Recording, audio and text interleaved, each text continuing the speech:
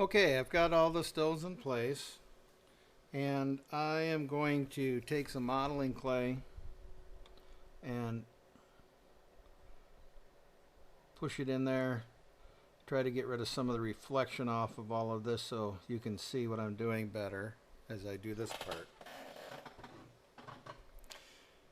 So the next thing is to push the beads over, and before I made the enset, this part I would use a normal beading tool and come in and do it by hand so that I would have, greater control. The other thing that happened is with other tools, as you tried to work one of these prongs, the other stones would all start jiggling and jump out of place, or you would have to put wax or something like that in there in order to hold it, or some Vaseline or something.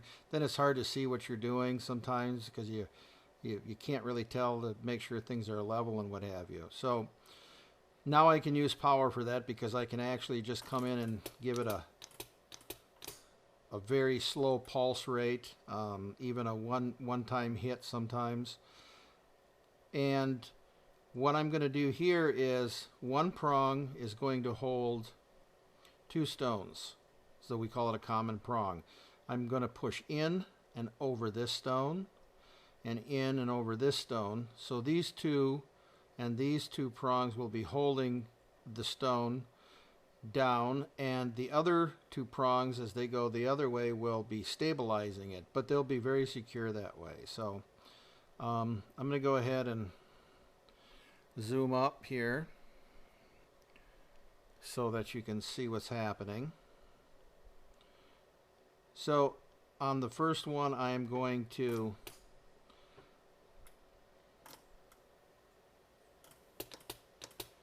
just slowly move that first prong in. I'm going to do the same thing here. I'm going to come in. You notice I'm coming from this edge inward first, and then I will start to come over the stone this way. I'm going to turn this at an angle a little bit.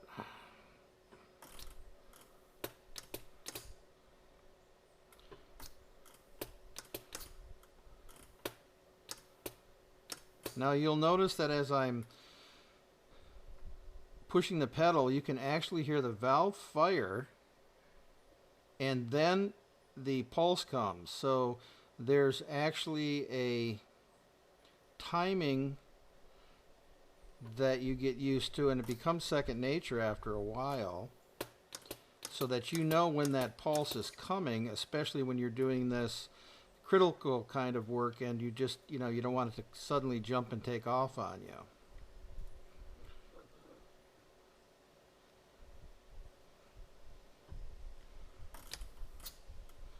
You can see even with one hit, I've moved that prong almost as much as I need to.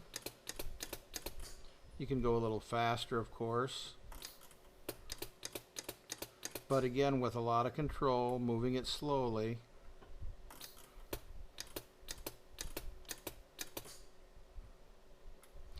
Alright, so that would be the first time through. Even if I did it by hand, I would push them down slightly, although I think most of these stones are already tight. But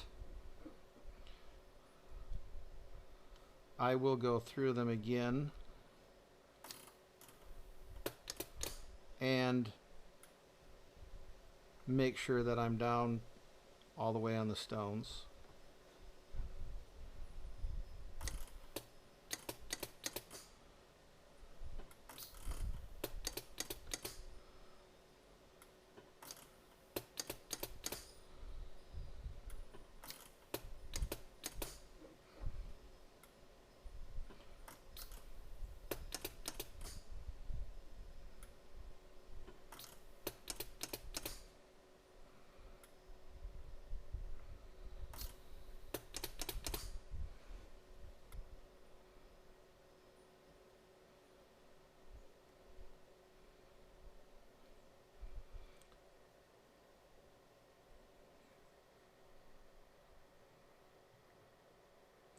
Okay, so I've got a little bit bigger beading tool.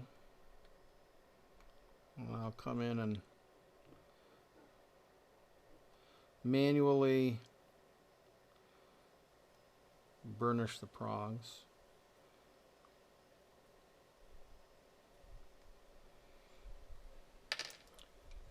And then any cleanup that I want to do as far as the flash and that goes is what I'll do next. And what you can do for that is, since the tool has this reciprocating action, you can actually come in and you don't really have to start pushing. You can just let it do that and just barely touch and let it trim that away. This way I'm not really hitting into the stone, dulling my gravers, and I can just clean that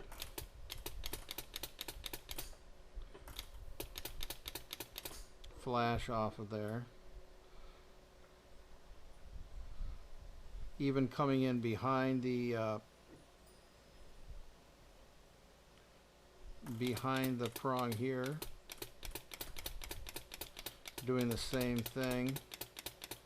I'm not really pushing down, just kind of letting this thing do that in the air so that I can trim any of this extra metal.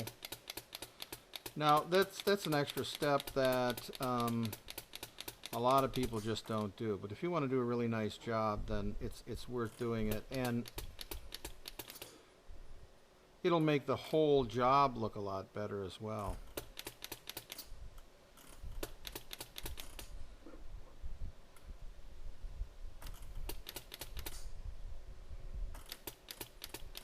You barely need to put any pressure to accomplish this. Alright, so there you go. Close up, nice and neat.